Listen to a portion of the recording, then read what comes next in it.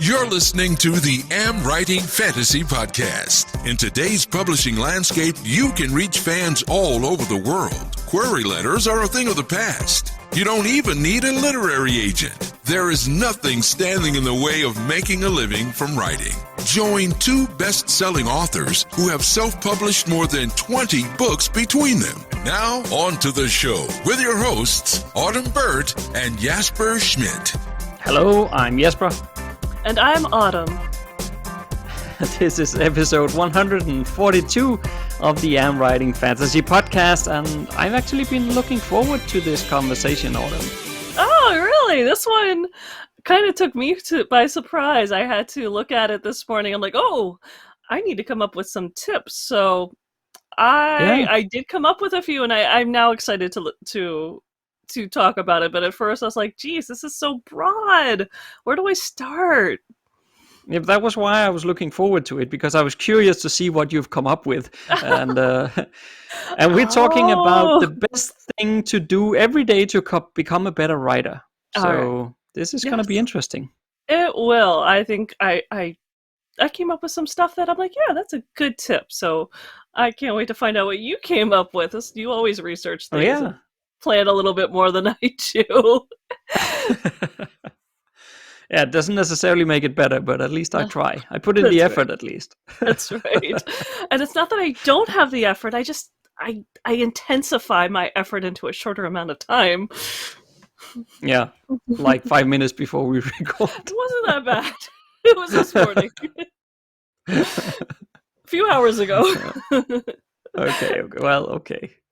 So anyway. It was also only a few hours ago that I did it, to be honest. Okay, hey! Ooh, this will be interesting. Yeah. How but are at least you we have something planned. Yes, we have something planned. Yeah, so we'll see how that goes. Well, I'm doing okay. I was out doing my kayaking course again earlier this week, and I actually strained a muscle. Oh no! So it's on my left side of my torso base somewhere. I don't know quite where it is, but it's like when it happened, I felt it right away. Something like happened in the muscles. It's like, but then it didn't hurt too much. Then it was more like it was just a smaller inconvenience. It was like, oh, it's okay. But then once I got back home afterwards and I had taken a shower and I guess my muscles weren't in use anymore, then it started to become really sore. And then Wednesday morning here, it was just like, oh my God, I slept really bad all night because every time I turned, I woke up. And it was the same last night, so it's starting to feel a bit better now. I can move my arms around like without hurting now.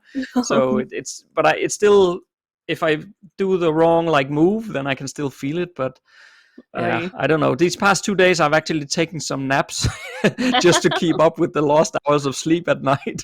Oh, geez, that is pretty bad for you. Were you doing like a roll, or was it just paddling? No, I think it was because it's the course that we're taking now, so we're also practicing falling into the water and getting back up on the kayak on purpose and stuff like that. And I think it was one of the times when I was getting back up. I think when I jumped up onto the kayak or something, I think that was when something happened. But I don't know. It's just, I mean, it's funny because my wife has been teasing me because she started the kayaking like 6 months before me, and when she came back from kayaking, she was always like really like tired, and you could just see the workout on her, how tired she was, and I was always like, well, is it really that hard? Because you don't get your pulse up, you're not out of breath or anything. Right. And now she's just laughing at me all the time because when I get back, I'm just like, oh, my muscles are so, because you're using all kinds of muscles that you don't normally use. Yeah. And so I'm just so sore when I go back, and really, really tired from spending a couple of hours out on the sea. So she for some reason she finds it incredibly amusing now. It's like, I told you. Well, it comes back around. But I will say, I know my mom always told me that there's something about sea air that just makes you tired as well. Yeah, so it does indeed. I will. You can always bring that up, saying, "Well, I'm out on the ocean. It makes you tired." Yeah. And I would imagine Yeah. Well, I being can't. the shock of the cold water would, kind of take a lot out of you too. Well, you have. Well, I don't know what the English words, but you have the gear on, Yeah, so it's not really cold. I don't know what is called the wetsuit. I guess it's called a yeah. wetsuit, isn't it? It's Yeah, either a yeah. I have wetsuit a or a wetsuit. dry suit. Yeah, one of the Yeah, I two. have a wetsuit on, Okay, so it's not that cold really. Yeah, that's okay. that's cool. But it's more the workout of it and all the using muscles that I don't normally use. I run a lot, of course, because I'm Yeah. a referee, as people have probably heard me talk about a million times before on this podcast. So running, I'm very used to, and I'm very used to using my leg muscles. But here, you really use your upper body all the time, which I'm not used to do. So so I can feel that. I bet. Yeah, I know. Even with my little bit of exercise program I've been doing, I one day is like abs and legs, and the next day is upper body, and you can feel it takes 2 days to work out. I mean, not nearly as bad as the first week I started. The first day, it did take me 2 or 3 days. I really felt it. But now that I'm in like my second week, almost the end of my second week doing it, it's rare when I have a day where I'm like, oh. But I did do something with my upper back, arms, because again, you're not used to using some of those muscles and doing some weird No, up-down plank move, and I'm like, yeah, it's not even possible. And yeah, it tends to be a little twingy the next day. Go figure. especially us writers who just sits in front of a computer all the time. Writer, graphic designer, yeah, website builder. I need my exercise program. I spend way Yeah. too much time online. But otherwise, things are going okay on your end. You had a storm coming or something, didn't you? Yeah, well, we just had the remnants of Hurricane Ida go through, and it wasn't actually that bad up here, but yeah, some people died in New York, and my Oh no. parents in Pennsylvania, they had 3 days of rain, and their basement started flooding. So it was bad, but what further west I think of them, the whole town was flooded through. So it was pretty intense, but yeah, we have like we went from the 80s and like super high humidity. It was like 89, and like it felt like the rainforest again, which we've had almost all of August. And then overnight it blew out after a tail end of Ida, and I've been wearing flannel. It feels like September. It is cool and chilly, and I'm thrilled, but I was like, okay, we've gone from high humidity and really steamy warm to, hey, it's New England and we're in the fall. I'm just not ready for that. But it's good. At least I've had my excitement this week as I've been preparing for Vermont's Fantasy Con, which is coming up October 2nd and 3rd. If there's any other New England authors, fantasy authors, or readers, which most of us are readers, come to Burlington October 2nd and 3rd. I'm going to be there. I'm going to be on panels and talking. I think we're doing a live podcast. I somehow signed myself up for everything, including organizing a paperback giveaway. I don't know. It's just my nature. I get excited, but I've done all new swag. I just ordered new bookmarks for my 2 series and some new banners and a new tabletop display. I ordered all my books. So I have all this author stuff coming, and I'll have to do some like unpacking boxes and videos because I'm so excited to get author swag. It'll be great. A week on the internet with the Am Writing Fantasy podcast. And we have also, apart from all that other stuff you have ongoing there, Autumn, we also started a brand new initiative here we decided for the podcast. And I don't know, maybe you want to explain what that is all about, Autumn. Again, you're not preparing me. This was originally my idea, so I think I can wing this one, but you didn't Yeah, that's warn what me. I'm thinking. You can manage.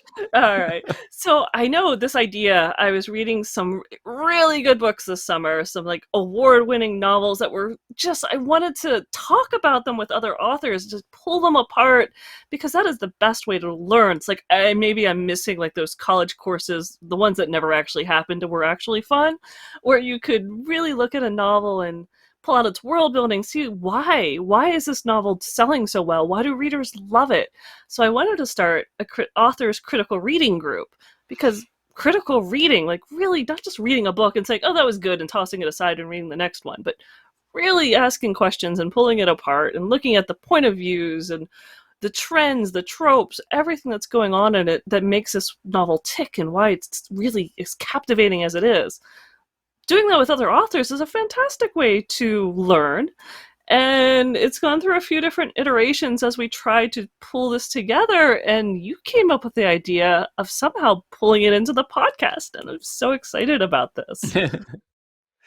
Yeah, I think after almost 150 podcast episodes, it's time to shake things up a little.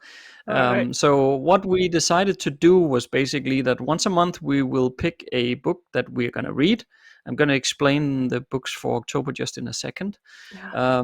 And then we will read one of these books that gets picked, which is going to be picked by you, the audience, in the AmWritingFantasy Facebook group, and also for the Patreon supporters.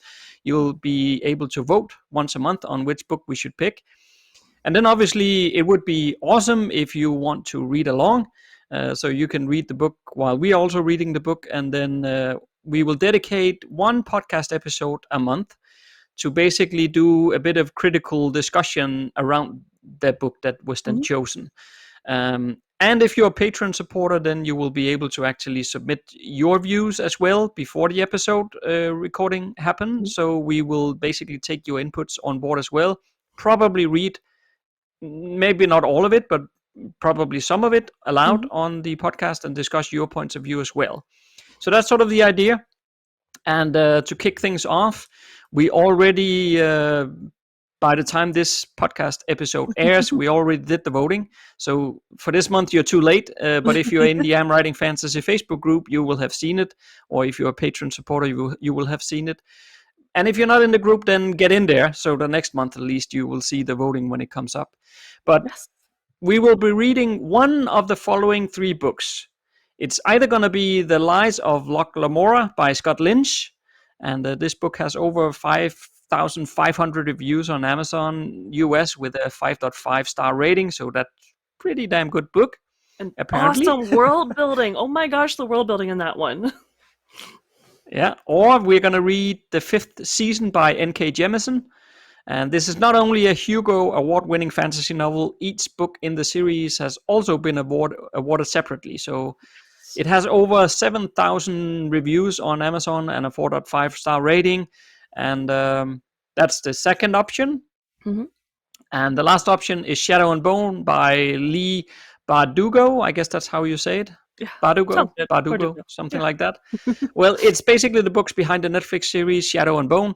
And this book has over 19,500 reviews. That's crazy. A little popular. Little. Yeah.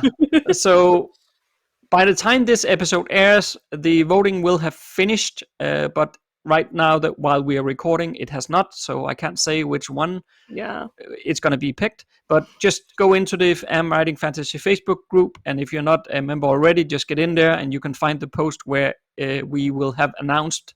By the time that this episode goes out, we will announce in the Facebook group which of the books is picked, and then you can buy that book as well, and you can read along. And then in October, we will then have a podcast episode where we basically discuss what we thought about the book and do some critical discussion around it. Yes, and I'm so looking forward to it. And you want to join the Facebook group anyway, because the discussion after the podcast will carry on in the group. So that way we will have an ongoing discussion with other authors about the tropes and the trends and the characters and all the things we learned by reading this book. Yeah. So this is a bit of an experiment, trying to shake things up a bit in terms of podcast episodes for you going forward here. So we're very curious, of course, to see how this goes and if people enjoy it and if people will actually start reading along and communicating in the Facebook group about their views of the book and so on. And we hope that it's going to be a bit interactive in the sense that you as listeners are engaged with the stuff that we're doing here as well, because I think that would be quite entertaining and funny for everybody. And if you do, as I said, if you do want your comments and viewpoints of the book to be included in the discussion here between Autumn and myself, you need to get on Patreon. It goes down to as little as $1 a month, so it doesn't really cost much at all. But $1 a month on Patreon will allow you to submit your views of the books as well. And there is a link in the show notes to Patreon, so go and check that one out. There's also all kinds of other things, rewards that we are offering to support us there. So, and speaking of Patreon, we also want to offer a huge thank you to Steven for becoming a Patreon supporter. Welcome. Yeah, it's because of people like you, Steven, that we keep this podcast going. So thank you so much for your support on Patreon. We appreciate having you there. And on to today's topic.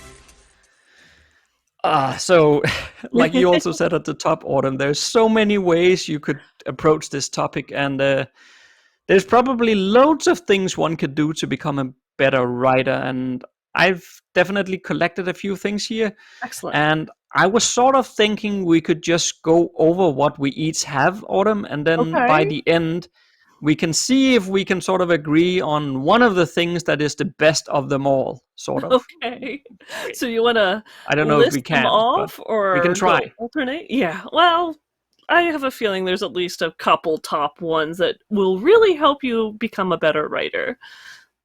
Yeah, maybe. Because honestly, I feel like at least the ones I tried to only pick like stuff that I thought was fairly important.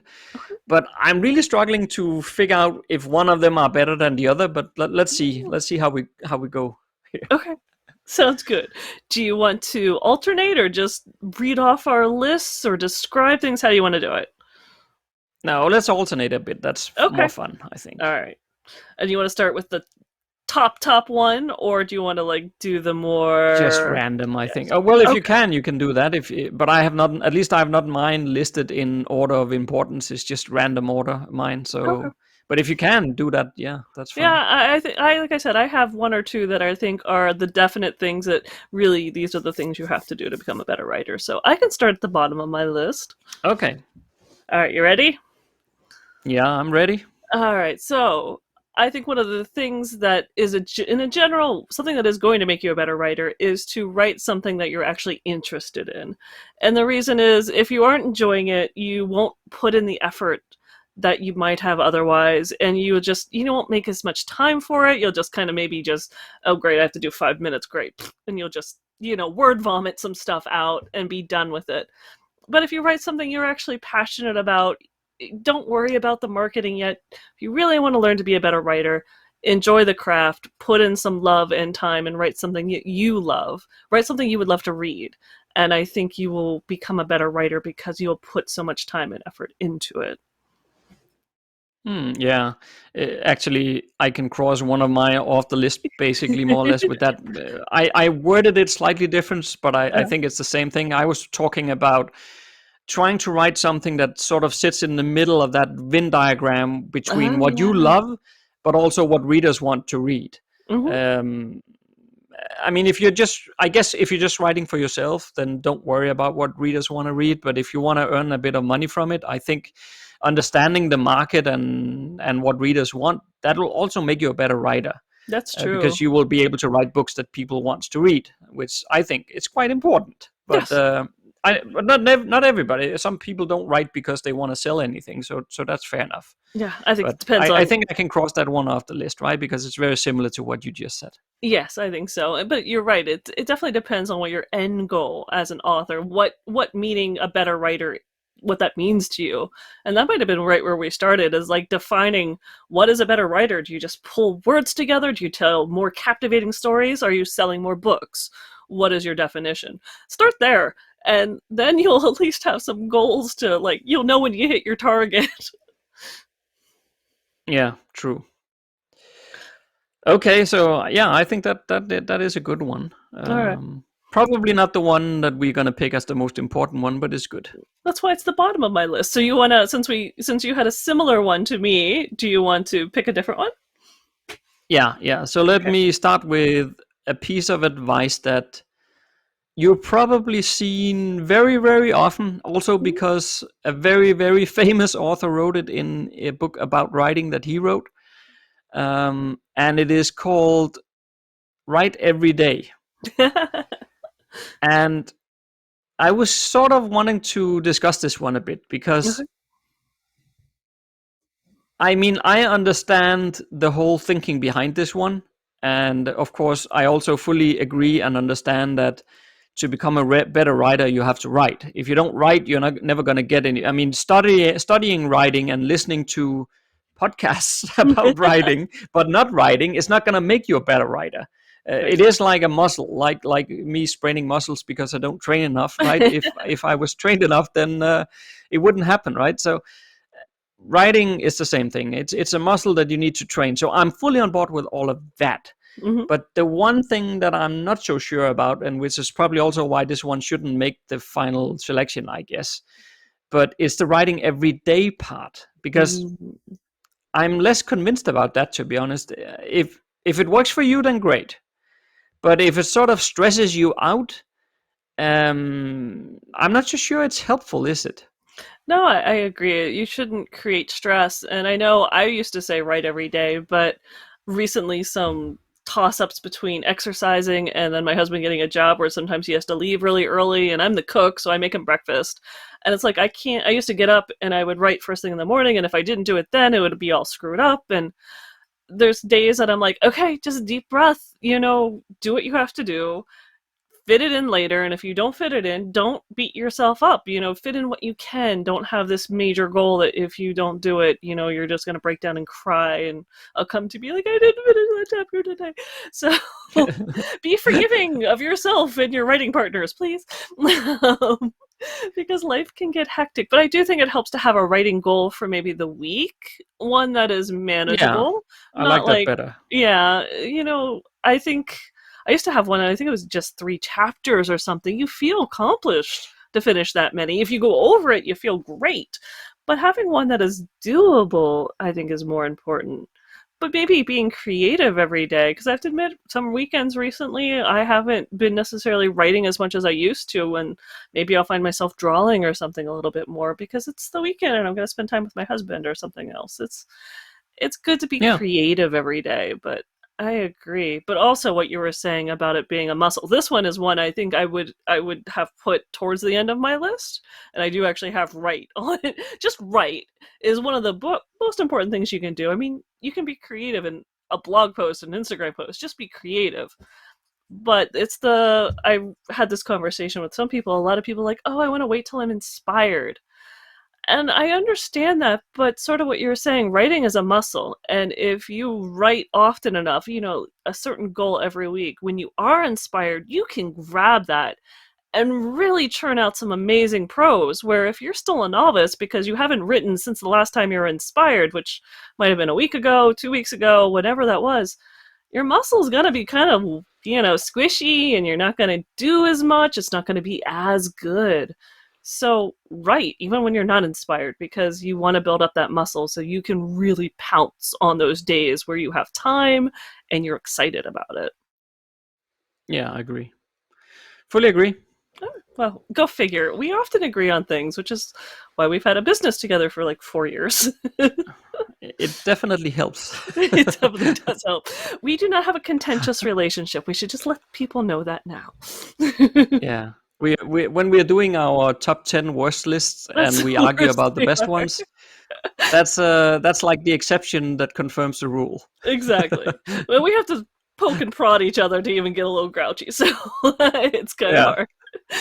Absolutely. Though I still think my husband and you are gonna so team up on me when we finally get together. I'm gonna have to be ready. I'm gonna have to make friends with your wife a little bit better so that we have a strategy in place. Unfortunately, I don't think you will have any trouble teaming up with her. If it's about teasing me, she will be on board right away. Awesome. That's fair. I don't. I shouldn't have said that. That was a mistake. No, forget about that. That's all right. I already know I don't trust Adam. He likes undermining me, so I'm nervous. We're not going to do the spousal podcast interview. That's just going to go bad. Yeah, no, yeah, we don't want to go there. No. All right, so moving on, I can give my next tip. And that is, if you are writing, like say you are an inspired time, or you just actually have some real decent writing time, which doesn't happen that often, but maybe it's a Saturday and everyone's quiet and they're away or whatever. If you have some good writing time and you're planning on writing for a good stint, I would say use the Pomodoro technique, which is a technique, you can Google it. There's also somebody has renamed it the tomato technique, but excuse me, it's much older. It's called the Pomodoro. And that's where you do sort of sprints where you write for a certain amount of time and then you take like a 5-minute break. So maybe it's 15, 5, 15, 5. And then when you hit the end of an hour, it's a longer break.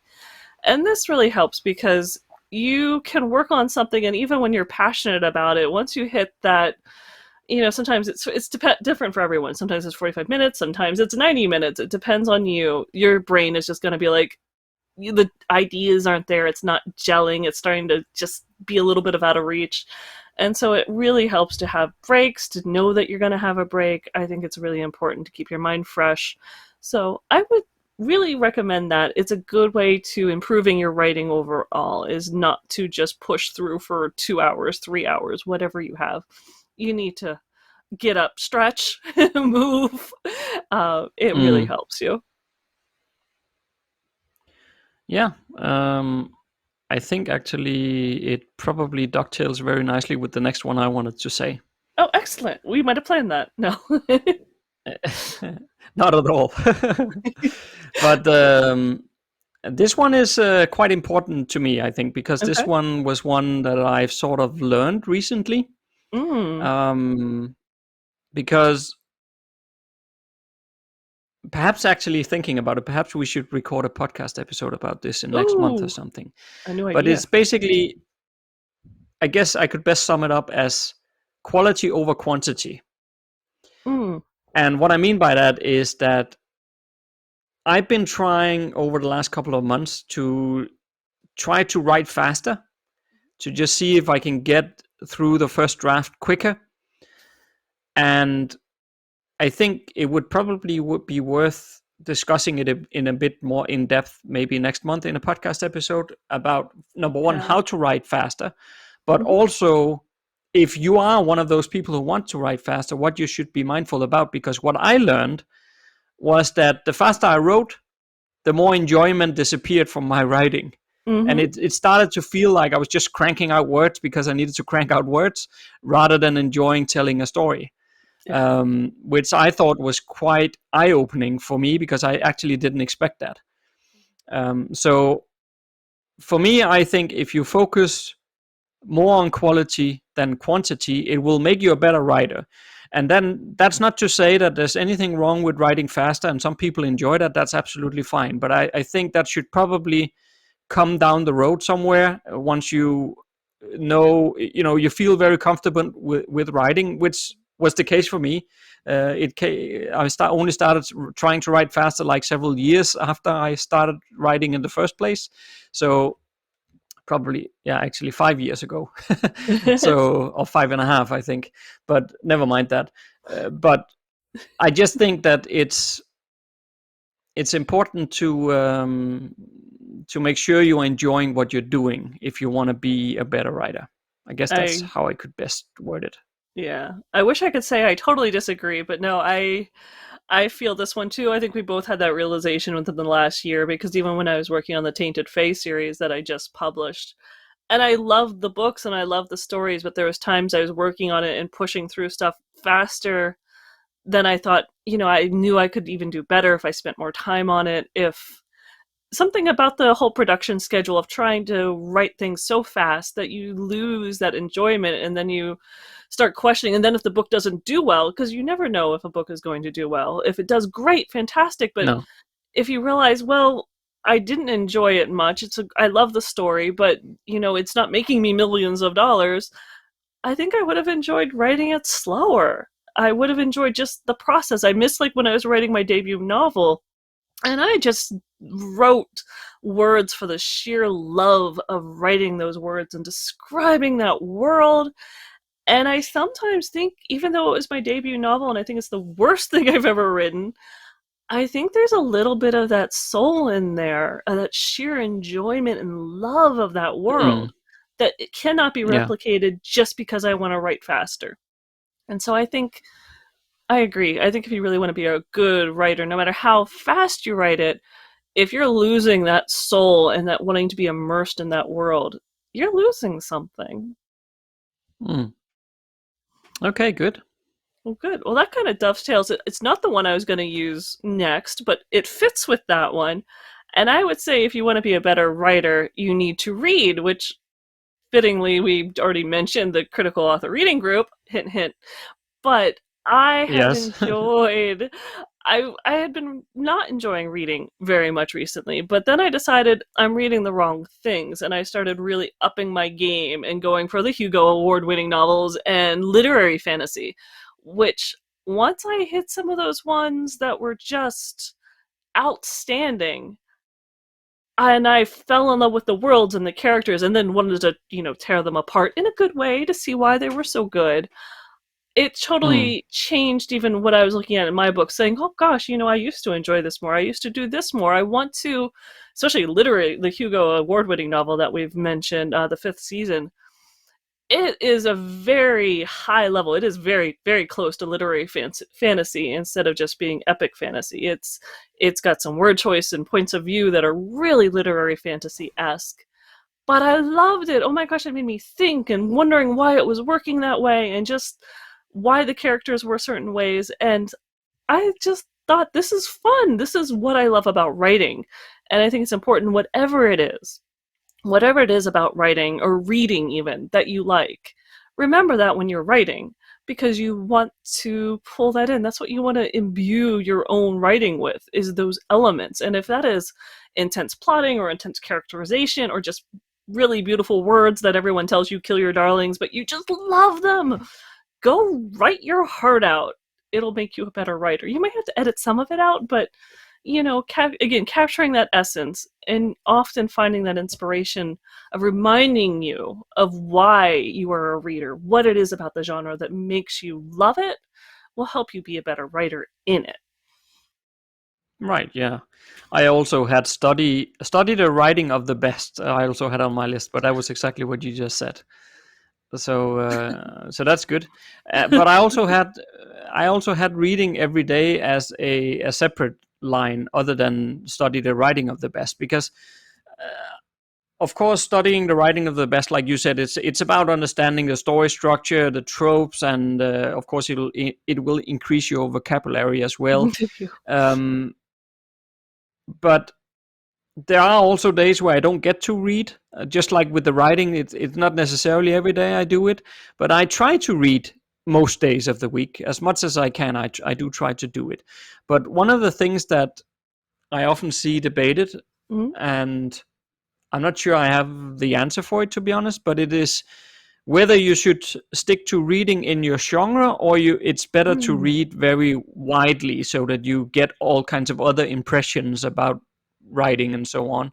And I think, for one, if you haven't read enough in the genre you're writing, then you need to read those, because you need to understand those tropes. But if we're assuming you already understand the genre, then I don't necessarily think it's a bad thing to try to read a bit wide as well. We have been looking at writing some murder mystery stuff, and I've actually picked up a couple of books that has nothing to do with fantasy, but they are murder mysteries, just because I wanted to see how, let's say, outside the fantasy genre, people who are very, very popular and good at writing murder mysteries, how do they do it?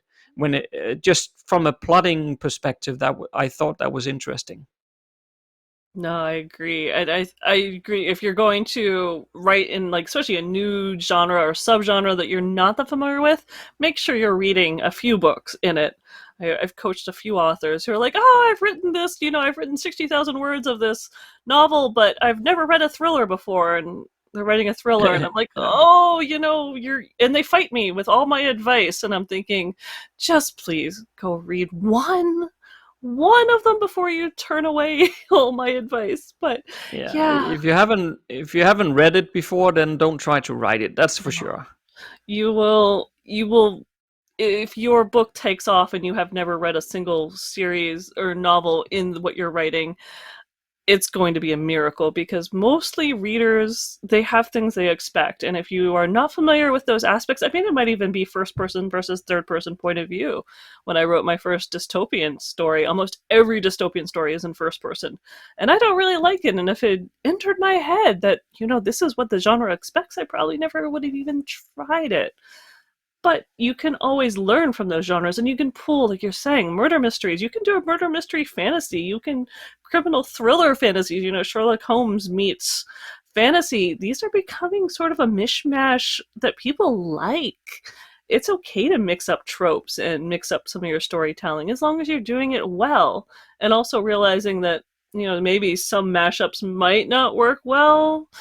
Cozy mystery with like dark gallows murder, might not, there's a few things that maybe the readers of each genre are not going to like each other. So there are those elements, but otherwise, yeah, you can learn and get really exciting tidbits. I mean, you want to learn to do some foreshadowing? Read some murder mysteries. They're fantastic. They do such a good job to make you sit there and try to figure it out. Absolutely. All right. Okay, do you have any more on your list? Oh, yeah, I actually have a few. I was prolific. Yeah, I also have a couple still. Good. All right, yeah. So my next one, to be a better writer, this is a very simple one, but I think it's very important. Turn off your Wi-Fi, or if you really think you're going to have to Google something, make sure you turn off all your social media apps, hide your phone, give it to your 5-year-old and make sure he can't buy anything from Amazon while they're holding it. But even if you have to use those apps that keep you locked out of your social media accounts for like half an hour, do that, because you need to focus on writing when you're actually writing. You can't get that little wall and moment of distraction and just go and automatically jump to Instagram. It's not going to help you. Actually, I will say that I don't have that problem. When I write, I don't end up spending all the time on Facebook or something instead. So, but I do understand and know a lot of people do have that problem. Mm-hmm. So in that sense, for sure.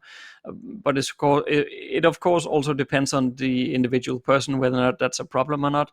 But I think what I also had on my list, which is basically, I think it's the same root explanation or root cause for becoming a better writer, Mm-hmm. as you were just saying, and it is basically about respecting your writing time. Right. Yes. So if you mentioned earlier on, maybe set some weekly writing goals or something, keep the promises that you make with yourself and follow through on those, and respect your writing time so that you actually get that done instead of spending all your time on Instagram or YouTube or something. So I think that's the core of it. Yeah, I agree.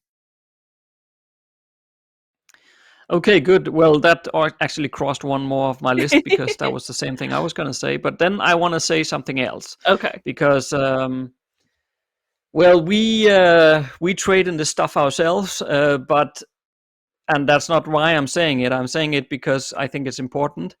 But educate yourself is on my list, because you have to do the writing at the same time, of course. Like we said before, listening to podcasts or taking writing courses will not teach you how to write unless you're writing. Mm-hmm. But I do think it is very, very well spent money if you try to, while you are writing, also educating yourself.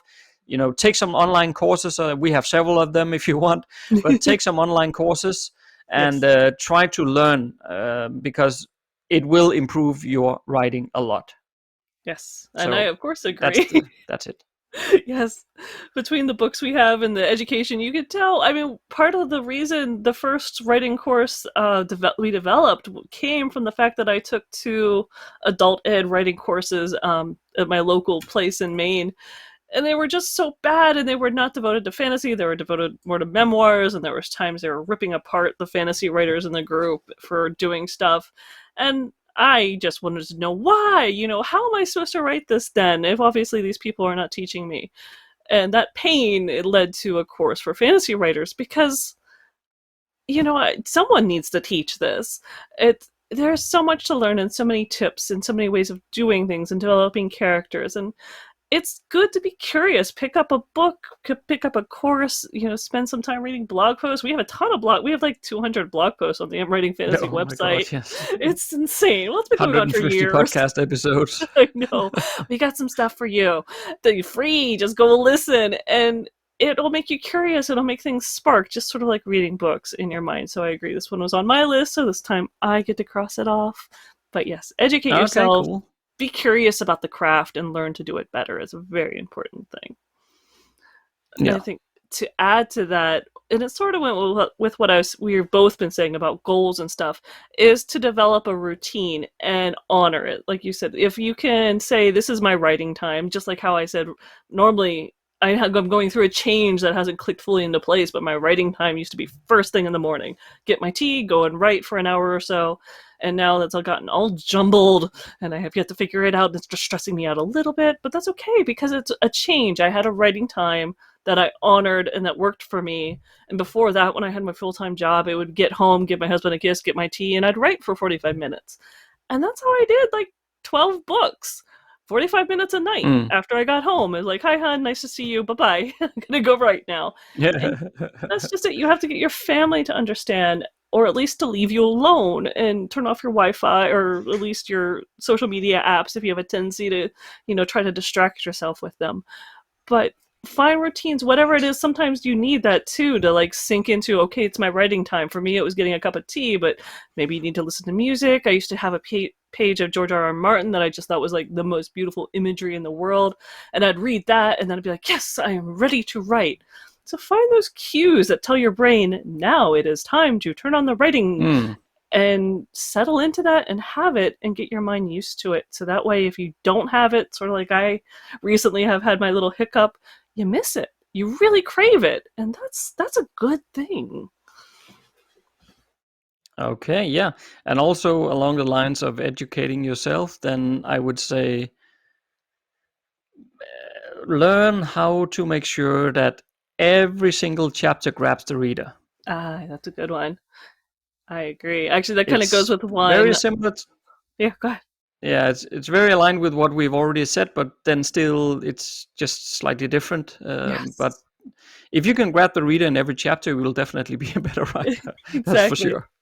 Because sort of going along with that, I actually have learned to plot, because I do think pantsers can write well, but I think understanding plot and plot structure is something that will make you a better writer. And whether that wants to fall under education or, learning to make chapters that are really gripping, those are like some of the techniques that I think you need to educate and read how other authors do it, figure it out. And by unpacking those specific techniques of writing really gripping chapters, or learning to write a really engaging plot that's character driven, when you understand those really core techniques, you will be a better writer as well. And I think it does take a couple of books and some education and some thinking to realize how that brainstorm moment of, oh, this is how it all comes together. And when that happens, you will be a much stronger writer. Yeah, absolutely. I only have one more on my list, Autumn. I only have one more on my list. That's really funny. There you go. All right. So what's yours? Mine is something that I've actually talked about several times on the podcast before. Okay. But it is about getting feedback. Ooh, but like it comes with a caveat, and this is the part that I've said on previous episodes, because be very, very careful not to ask for feedback from a lot of different people. Because especially when you're starting out, you don't know what is good feedback and what is bad feedback. And also, if you're getting feedback from a lot of people, you'll get a lot of conflicting feedback, which is not very helpful either, because you don't know which ones is correct and which ones are wrong, because you don't have the experience. So I would say, preferably, if of course this is going to cost some money, but if you can, it's best to work with a developmental editor who knows what they're talking about, and they can help you. That would be by far the best thing. But if you can't afford that, then pick maximum one or two writers who you trust and who you know have a proven track record, meaning that they know what they're doing, and then listen to what those one or two people are saying, and nothing else. But do get some feedback, because if you're writing in isolation, it's very difficult to understand. You might you might be the blind leading the blind kind of situation, right? I mean, you're just stumbling ahead and you don't quite know. And that's not to say that it can't work. It can, but you might end up writing 5 bad books that nobody likes, and then you'll sort of figure it out. But getting some feedback from somebody who knows what they're doing, and couple that with educating yourself, then I think you will get to a better place much, much faster than if you don't do these things. Oh yeah, I agree. I can't believe I didn't include feedback in my list, but that is really true, and what you said is very true. I mean, you want to choose who you get feedback from. It should be like an author you respect. If you can afford it, a writing coach or a developmental editor will be worth their weight, especially for your first, maybe not your first book, maybe, I mean, that would be fantastic, but even your second or your third, whenever you can afford it, it's worth it, because otherwise you can't see, you know that about your life, you can't see your own blind spots because they're blind spots where someone else will read it and be like, oh, this is where you're doing it wrong. But if you don't get Blind someone spot. who, yeah, that's why it's a blind spot. The name gives it away. That's a good name. Whoever came up with that one knew what they were talking about. But yeah, it's if you get too many other people, or maybe beta readers, or people who just like, oh, I don't like it, and they don't give you very specific feedback, they don't really understand plotting and structure and character development, that's not going to help you learn. It might just make you really frustrated, or even steer you in the wrong direction, just trying to write something that, you know, someone who absolutely adored Twilight loved, and you're suddenly trying to write Twilight when you were more going towards, you know, Tolkien. It's not going to really help you improve. It's just changing your direction. All right. So my last one, which is kind of a strange one maybe, but it's to do something inspiring. Just, you know, exercise, take a walk. Movement really loosens up your ideas as well as your body. So my last one is actually do something that'll inspire you and keep your creativity growing. And along with that, kind of like tailored to it, keep a notebook with you if at all possible. You want to be able to capture ideas and remember to look at them and maybe organize them, put them in a Scrivener file or something. You don't want to come up with ideas and never look at them again. That's not the point. But if you can get out and do something different and creative, fun with your family, make up stories, whatever it is, that'll loosen up your ideas in everything, and you will be surprised at what comes. But if you don't remember to write them down, you will lose them, and that's not going to help you either. So make sure you have some way of taking notes and go do something fun. I don't know if we can do this, Autumn, but does any of all of these advices sort of stick out to you as the most important one? I don't know. It's like part of me wants to say educate yourself. I think being curious about how to be a better writer is going to make you a better writer very quickly because you're curious about it, so you're learning. But I also think having goals, like weekly goals, that really helped me. I guess that helped me write more, which helped me eventually become a better writer. But I think curiosity, be curious how to be a better writer, whether that's through education, reading, whatever that takes. That's going to get you going and at least make you unpack things. Everything you touch, you'll be pulling it apart, whether it's marketing copyright, which is always good to know as a writer, or someone else's book. Okay, so I think, being curious probably encompasses a lot of the things that we've talked about here. So, but otherwise, I think the listeners can pick the ones that you feel talk the most to you.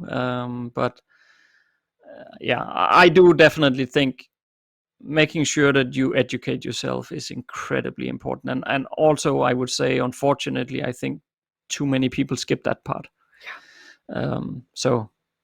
There is that.